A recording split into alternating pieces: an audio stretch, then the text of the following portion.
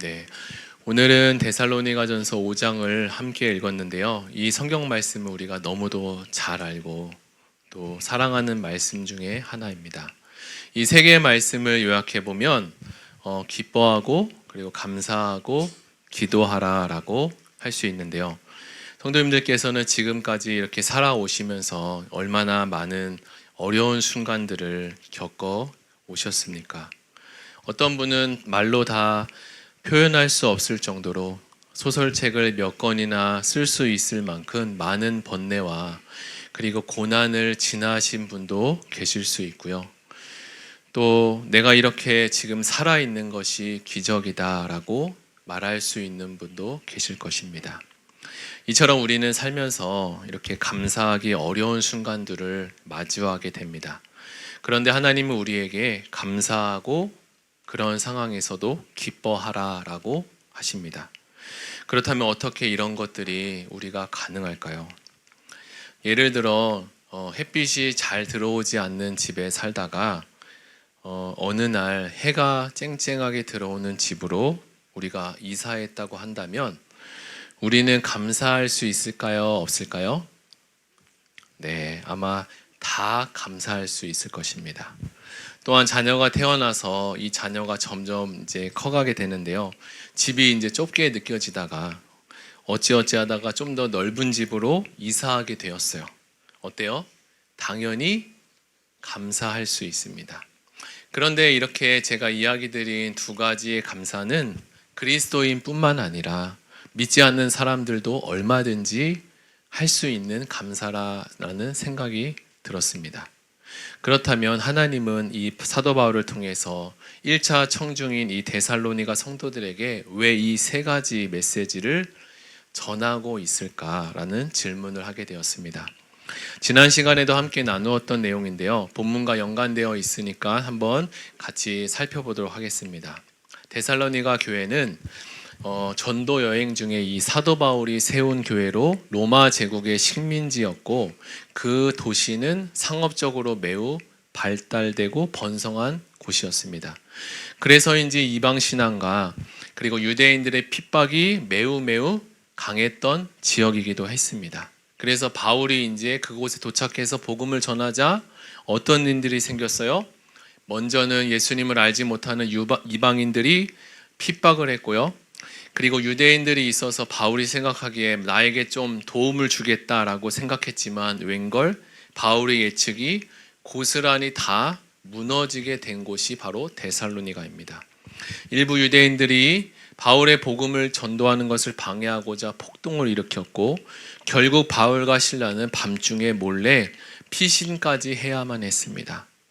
이렇게 단단하고 우직한 사도 바울마저도 밤중에 피할 정도라면 그 핍박과 환난은 정말 대단했을 것이라고 생각이 됩니다. 그만큼 이 데살로니가 성도들은 안팎으로 신앙을 지키기가 매우 어려운 상황 가운데 살고 있었습니다. 그럼에도 데살로니가 성도들이 매우 짧은 이 3주밖에 안 되는 짧은 시간 동안 복음을 듣고 이 환난 앞에서 여전히 기뻐하고 여전히 감사하며 기도하고 있다는 사실입니다. 우리가 이전에 읽었던 1장의 말씀인데요. 한번 제가 가지고 왔는데 같이 화면을 보면서 한번 1장 6절 같이 한번 읽겠습니다. 시작.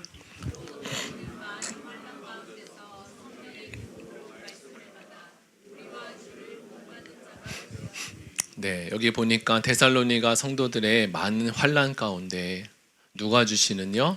성령께서 주시는 기쁨으로 하나님의 말씀을 받았다고 했습니다. 그랬더니 이제 그들 가운데 이 성령이 주시는 기쁨이 있었던 거예요. 이들이 가진 기쁨은 상황적이거나 조건적이거나 이런 기쁨이 아닙니다. 성도들이 기뻐할 수 있었던 것은 환경과 조건이 주는 기쁨이 아니라 성령께서 각 사람의 속사람에게 주시는 부어주시는 기쁨이 충만했던 것입니다. 그들의 상황과 환경의 삶이 그렇게 완락하지 않았던 것을 우리는 잘 알고 있습니다. 그리고 더 시간이 지나면서 이 환난은 점점 더 커지고 안팎으로 고난이 계속적으로 찾아와 어려워지자 그들은 이제 예수님이 금방이라도 올 것이다라고 생각했습니다. 그래서 이 바울은 데살로니가서 후반에 가서 재림에 대한 이야기를 해주고 있고요. 5장에 가서는 예수님의 재림이 어떻게 이루어질 것이다라고 말하고 있습니다. 그리고 예수님의 재림이 임할 때 그때 우리는 어떻게 살아야 되는가라는 말씀을 이어서 하고 있습니다. 바울이 데살로니가 성도들에게 편지를 쓸 당시 그들은 극심한 핍박뿐만 아니라 경제적인 어려움까지도 끌어안고 있었습니다. 그럼에도 그들은 기뻐하고 기도하고 감사하고 있었어요. 바울이 데살로니가에서 오래 머물지 못하고 짧은 시간 복음을 전했음에도 그 어려운 시련들을 잘 이겨나가고 있었던 것입니다. 앞으로도 종말과 같은 상황 속에 믿음을 지키기 위해 바울은 이 데살로니가 성도들에게 격려와 용기를 주고자 이 데살로니가 전서를 쓰면서 이 메시지를 선포하고 있습니다. 오늘 우리가 읽었던 말씀은 매우 짧은 3절의 간결한 말씀이지만 그 어떤 것보다 강력한 메시지를 담고 있으며 극심한 고난과 환난 속에서 데살로니가 성도들뿐만 아니라 오늘을 고통 가운데 살아가고 있는 우리들에게도 꼭 필요한 말씀인 줄 믿습니다. 그래서 바울은 우리에게 항상 기뻐하고 쉬지 말고 기도하고 범사에 감사해야 된다라고 권면을 하고 있는데요. 그렇다면 우리는 어떻게 기뻐하고 어떻게 감사하며 기도할 것인가, 이거를 한번 자세히 나눠보길 원합니다. 먼저 16절에 항상 기뻐하라는 말씀부터 함께 보겠습니다. 성도님들은 요즘 날씨가 좀 좋아지고 있는데 어떻게 지내고 계십니까? 항상 그 기쁨 속에서 살고 계신가요? 사람이 어떻게 365일 항상 기뻐만 하고 살 수 있겠습니까? 살다 보면 괴로운 일도 생기고 그리고 슬픈 일도 또 불만스러운 일도 생기는데 말입니다. 이 말씀만 보면 하나님께서 우리에게 명령하신 이 말씀이 불가능한 명령이 분명합니다. 우리의 삶은 어때요? 눈만 뜨면 염려하고 근심한 일들이 정말 태산과 같습니다. 오히려 기뻐할 일보다 그리고 기뻐하지 않은 일들이 많을 때도 있습니다. 그렇다면 성경이 말하는 항상 기뻐하라는 말씀은 과연 무슨 뜻일까요? 우리에게 괴롭고 또 힘든 일이 생길지라도 그 감정과 그 일에 빠져 살지 말라는 하나님의 당부의 말씀입니다. 괴로운 일들 속에서도 그리고 그 슬픔과 고통에 함몰되지 말고 세상에 슬프고 괴로운 일이 있을지라도 그 안에서도 우리 인생에 하나님께서 우리에게 베풀어 주신 아름답고 행복한 일들이 여전히 많이 있다는 사실입니다. 서론에서 말씀드린 예화 중에 햇빛이 안 드는 집에 있다가 해가 쨍쨍 빛나는 집으로 옮기게 되어서 기쁘게 되었다는 이야기를 예로 들었습니다. 이것은 신앙인뿐만 아니라 어느 누구나 기뻐할 수 있는 조건이다라고 말씀드렸어요. 데살로니가 성도들은 지금 굉장한 핍박과 환난 속에 살고 있었습니다. 그럼에도 불구하고 바울은 항상 기뻐하라고 말씀하는데 이것은 단순한 감정적인 기쁨이 아니라 하나님께서 우리 영혼을 구원한 구원의 기쁨, 그리고 예수 안에 우리가 있을 때 주어지는 영적인 기쁨을 의미하고 있습니다. 감정적인 기쁨은요, 기분이 좋으면 기뻐할 수 있다가 기분이 안 좋아지면 기뻐하지 않게 됩니다. 조건적인 기쁨도 조건이 생기면 기뻐할 수 있지만 조건이 사라지게 되면 기뻐할 수 없게 됩니다. 그러나 구원의 기쁨과 예수님께서 주시는 이 영적인 기쁨은 예수님과 하나님께서 사라지는 것이 아니기 때문에 우리 안에 결코 사라지지 않는 기쁨으로 자리맺게 됩니다. 당시 로마 제국은 이 황제 숭배를 굉장히 강조했고 그리스와 로마 문화 속에서 기독교 신앙은 당연히 배척당할 수밖에 없었습니다. 성도들은 이로 인해서 경제적인 어려움을 당하거나 심지어 생명의 위험까지도 느끼는 상황 속에 하나님께서 말씀하신 이 기쁨을 유지한다는 것은 사실상 너무도 불가능한 일이었습니다. 그런데 이것은 하나님이 주시는 믿음으로만 가능한 일이기도 했습니다.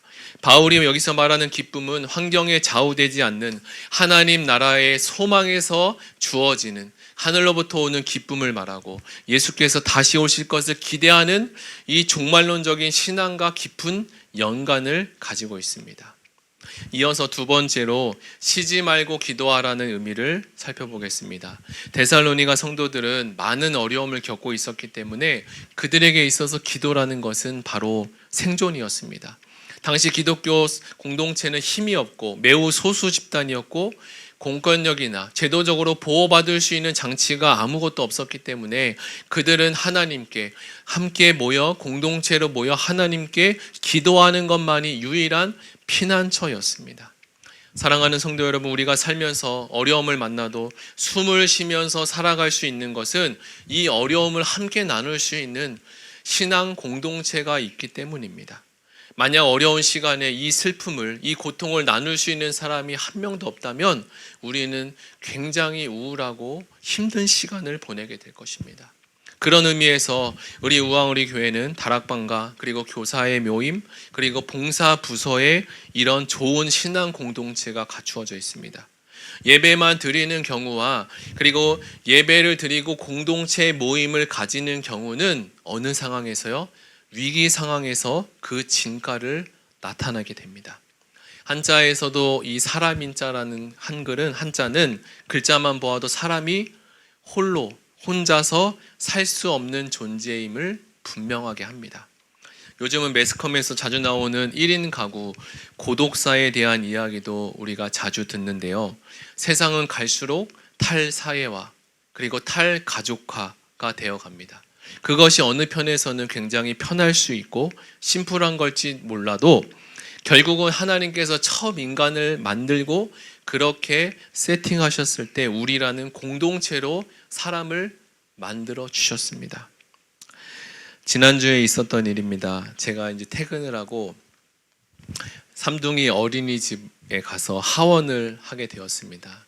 지난주에 날씨가 한창 좋았을 때 삼둥이를 데리고 겨울 동안 추워서 바깥 놀이를 못했는데 놀이터에 가서 놀아줘야 되겠다라는 생각이 들었습니다. 그런데 어린이집 앞에 예찬이 친구와 그의 어머니가 가방을 메고 빙빙 돌고 있는 거예요. 그래서 들어본즉 아이가 심심해서 집에 가지 않으려고 한다는 것입니다.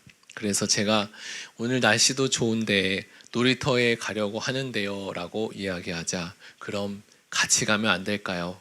라고 얘기했습니다. 그래서 다 같이 놀이터에 갔습니다. 그리고 이제 아내가 퇴근해서 놀이터에 이제 왔는데 보아하니 예찬이 친구 어머니가 이제 이렇게 만삭이셨다가 둘째가 얼마 전에 태어났거든요. 그러니까 이제 잠을 밤에 못 자잖아요. 그래서 굉장히 이제 피로한 모습에 있었습니다. 그래서 아내가 예찬이 친구를 집에 같이 데리고 가서 저녁까지 놀다가 밥을 먹이고 보내자고 했습니다. 그랬더니 갑자기 그의 어머니 얼굴에 환한 미소가 이렇게 띄우는 게 아니겠습니까? 그 어머니 순간 복음의 소리를 들은 것이 분명했습니다. 그리고 저녁이 지나고 이제 오셨는데 이제 감사하다고 이 빵과 이 간식을 사다 주셨어요. 그리고 이번 주말에 저희 가족을 집으로 오라고 초대해 주셨어요. 그래서 제가 조금만 더 친해지면 이제 교회도 소개하고 유치부로 데리고 와야 되겠다라고 생각이 들었습니다. 그런데 이번 주에 더 놀라운 일이 생겼습니다. 아내가 이제 삼둥이를 데리러 이제 어린이집에 갔는데요. 지난주에 저희 집에 놀다가 간 아이가 이 어린이집에 가서 다른 친구들에게 얘기하기를 내가 삼둥이 집에 갔는데 너무 재밌게 놀다 왔다라고 얘기한 거예요. 그래서 그 친구들이 그 소문을 다 듣고 5살짜리 어떤 아이가 제 아내가 이제 하원을 하러 갔다 그랬잖아요. 아내에게 하는 말이 예찬이 엄마 나도 삼둥이 집에 놀러 가면 안 되나요? 이렇게 얘기를 했다고 합니다. 예전에 오은영 박사가 요즘 시대는 이제 결혼을 안 하려고 한다고 얘기를 했어요. 오히려 사람이 이렇게 모여서 결혼하고 나랑 맞지 않는 사람과 살고 계시죠? 네. 그래서 이제 내면도 깎이고 그리고 이제 점점 더 이제 어른이 되어 가는 거잖아요. 이렇게 소중한 가정이 이제 점점 사라지는 것이 매우 안타까운 일이다라는 이야기를 했습니다. 사람도 교회도 자꾸 사람을 보고 만나야 이제 정도 들고, 그리고 우리 내면도 다듬어지고, 그렇지 않으면 점점 사람이 이제 이기적으로 변하고 욕심이 가득한 세상이 될 거다라는 이야기를 해주셨습니다. 이제 다시 본문으로 돌아가서 이제 조실까봐 제가 잠깐 우스갯소리를 했는데, 이제 쉬지 말고 기도하라는 것의 의미를 이야기하다 여기까지 왔는데요. 다시 본문으로 돌아가 쉬지 말고 기도하라는 것은 일정 시간에만 기도하라는 것이 아니라 삶의 모든 순간을 하나님과 동행하며 그리고 공동체와 함께 살아가라는 의미입니다. 바울이 말하는 기도는 어떤 종교적인 의미가 아니라 끊임없이 하나님과 교제하고 그리고 이웃과 살아내라는, 나눔을 나누라는 것으로 보았습니다. 그렇게 해야 우리에게 환난이 오고 고난이 와도 헤쳐나갈 수 있기 때문에 그렇게 말씀하신 것 같아요. 당시 유대인들이 하루에 3번 기도를 했다고 하는데, 정해진 기도 시간에 바울은 이것을 뛰어넘어서 데살로니가 성도들에게 그 이상의 기도를 요구했어요. 이것이야말로 너희 앞에 있는 고난과 환난과 낙심을 넘어지지 않고 이길 수 있는 방법이 바로 쉬지 않고 공동체로 모여서 기도하는 것이다.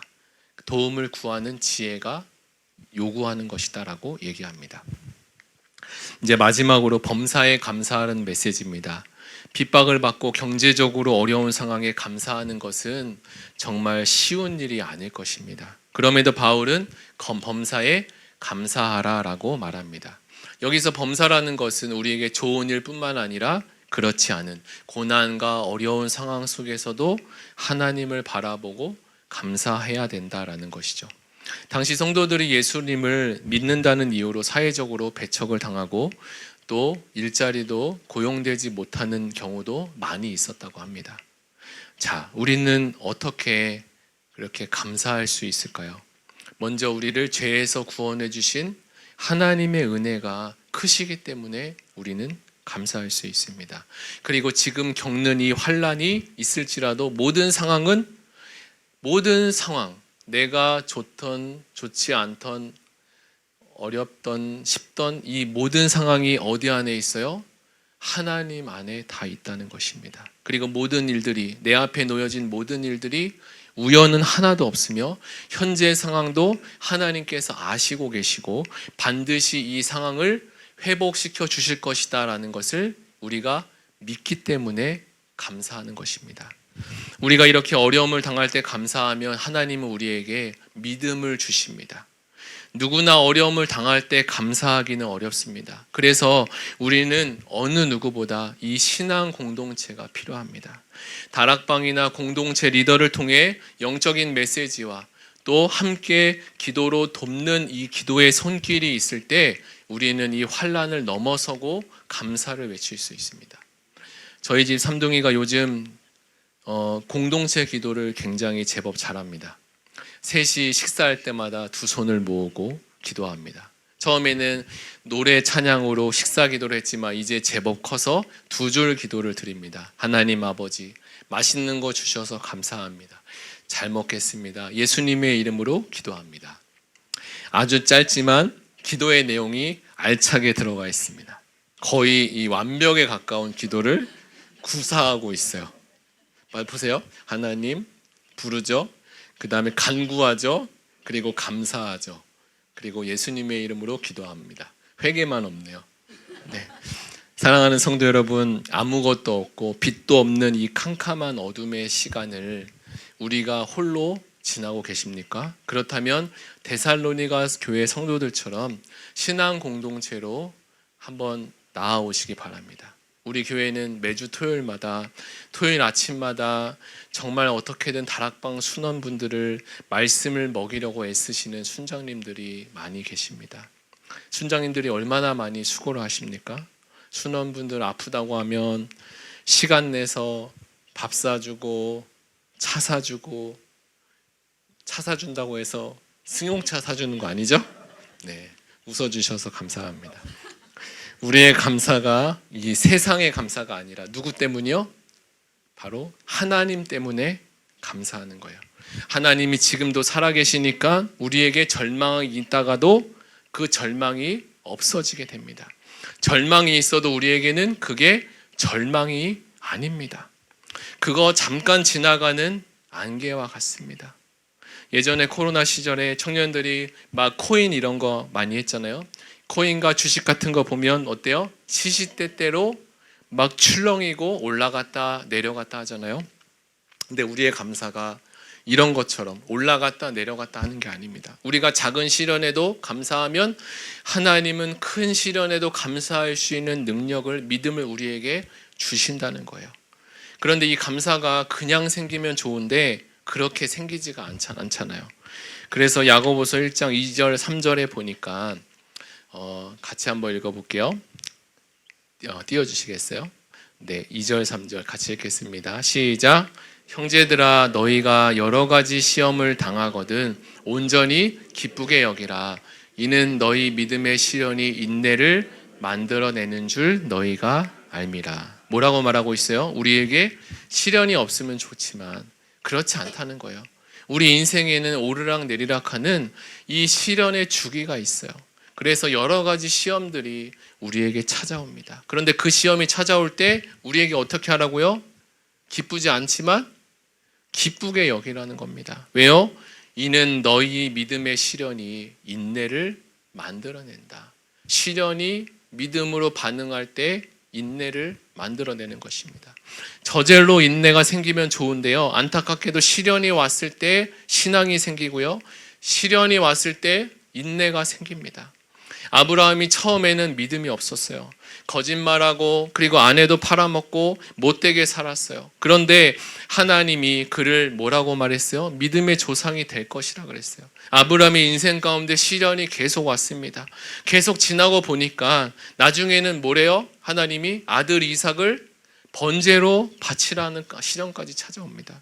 이때 아브라함은 어떻게 해요? 아침 일찍 일어나 아내랑 상의도 하지 않고 종들 다 데리고 모리아산으로 출발합니다. 늦게 가면 자기 마음이 변할까봐, 그리고 아내를 깨워서 상의하면 또 아내가 뭐라고 할까봐 그냥 아침 일찍 올라갑니다. 이삭이 물어요. 아버지, 왜 불가나무는 있는데 번제를 드릴 번제물이 없습니까? 아브라함이 여기서 뭐라고 얘기합니까? 여호와께서 친히 준비하셨다라고 합니다. 원어 성경에는 이 대목을 여호와께서 준비할 것을 너가 볼 것이다 라고 이야기합니다. 그게 바로 여호와 이레잖아요. 사랑하는 성도 여러분, 아브라함이 이삭을 번제로 바친 이 모리아산, 이곳이 신약에 가면 예수께서 올라가신 갈보리 산이 됩니다. 예수께서 인생의 모든 죄를 다 짊어지시고 그 산으로 오르신 거예요. 하나님의 아들인 예수께서 인류의 모든 죄를 다 짊어지시고 거기에서 죽으셨습니다. 예수께서 우리의 시련과 환난과 고통과 질병 모든 것들을, 죄악까지도 다 십자가에서 이루신 거예요. 그래서 저와 여러분의 시련과 환난과 죽음의 문제까지도 다 십자가에서 해결하셨습니다. 그렇게 믿으십니까? 믿으시기 바랍니다. 데살로니가 성도들과 우리가 이 복음을 듣고 왜 기뻐하고 감사하고 기도해야 합니까? 지금도 살아계신, 그리고 역사하신 하나님이 여전히 살아계시기 때문입니다. 데살로니가 성도들에게 놓여진 안카박의 오늘 샌드위치와 같은 엄청난 고난이 올지라도, 우리에게 찾아오는 수많은 문제들과 어려움이 있을지라도 예수님께서 다 이루시고 해결해 주셨습니다. 이것을 믿음으로 받아들이시기 바랍니다. 믿는 자에게는 능치 못할 일이 없다고 주님이 말씀하셨습니다. 우리 이 시간 다 같이 들은 말씀을 생각하시며 믿음으로 찬양하고 그리고 믿음으로 하나님께 기도하겠습니다.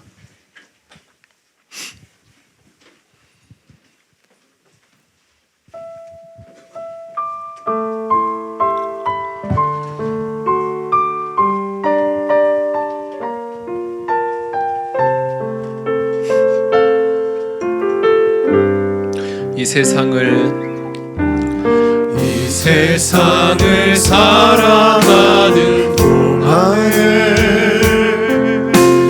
나의 힘을 의지할 수 없으니 기도하고 낙심하지 말 것을 주께서 참 소망이 되심이라. 우리 다시 고백합니다. 이 세상을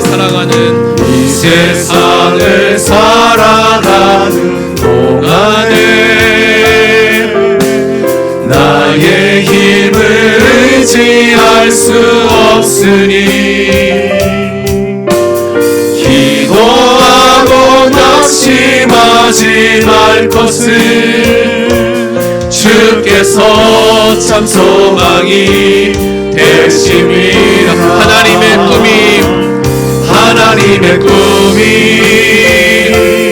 나의 비전이 되 예수님의 성품이 나의 인격이 되고 성령님의 권능이 나의 능력이 되길 원하고 바라고 기도합니다. 우리 2절 하겠습니다. 주의 길을 걸어가는 동안에 세상의 것 의지할 수 없으니 감사하고 낙심하지 말 것을 주께서 참 기쁨이 되시니. 다시 고백합니다. 주의 길을 걸어가는 동안에 세상의 것 의지할 수 없어요. 세상의 것 의지할 수 없으니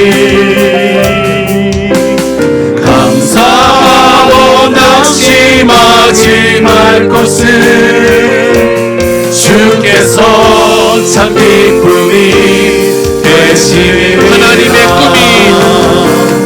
하나님의 꿈이